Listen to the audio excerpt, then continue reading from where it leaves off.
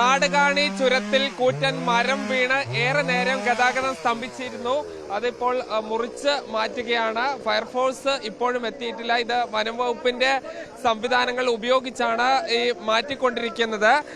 നമുക്കറിയാം, അന്തർ സംസ്ഥാന പാതയാണ്. നിരവധി യാത്രക്കാർ യാത്ര ചെയ്യുന്ന പാതയാണ്.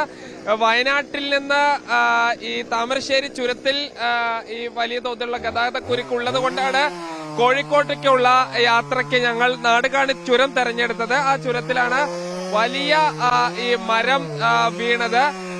ആ മരം വീണ് ഏറെ സമയം ആളുകൾ ഇവിടെ നിൽക്കേണ്ടി വന്ന മരം വീണ ഉടനെ തന്നെ ഞങ്ങൾ ഇവിടെ എത്തിയിരുന്നു.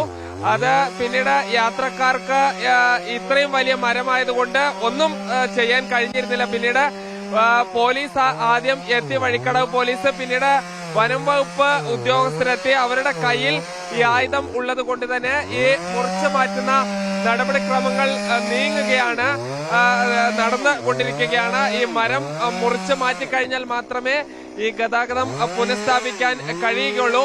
ഏറെ നേരം ഈ വാഹന ഗതാഗതം പൂർണ്ണമായി സ്തംഭിച്ചു. KSRTC ബസ്, കാറുകൾ തുടങ്ങി നിരവധി വാഹനങ്ങൾ ഇവിടെ ഉണ്ട്. ഈ ശക്തമായ മഴ ഈ സമയത്ത് ഇല്ല എങ്കിൽ കൂടി ഈ മരം ഈ രാവിലെയും വൈകുന്നേരവുമെല്ലാം ഉള്ള മഴയത്ത് കുതിർന്നു നിൽക്കുകയായിരുന്നു എന്ന് വേണം മനസ്സിലാക്കാൻ. അങ്ങനെയാണ് ഈ മരം ഈ കടപുഴകി വീണിട്ടുണ്ടാവുക. മരം മുറിച്ചു മാറ്റി ഗതാഗതം പൂർവ്വസ്ഥിതിയിലാക്കാനുള്ള ശ്രമമാണ് നടന്നുകൊണ്ടിരിക്കുന്നത്. അത് ഈ നാട്ടുകാർ കൂടി ഈ മരം മാറ്റുന്നതിന് മറ്റുമുള്ള സഹകരണം നടത്തുന്നുണ്ട്.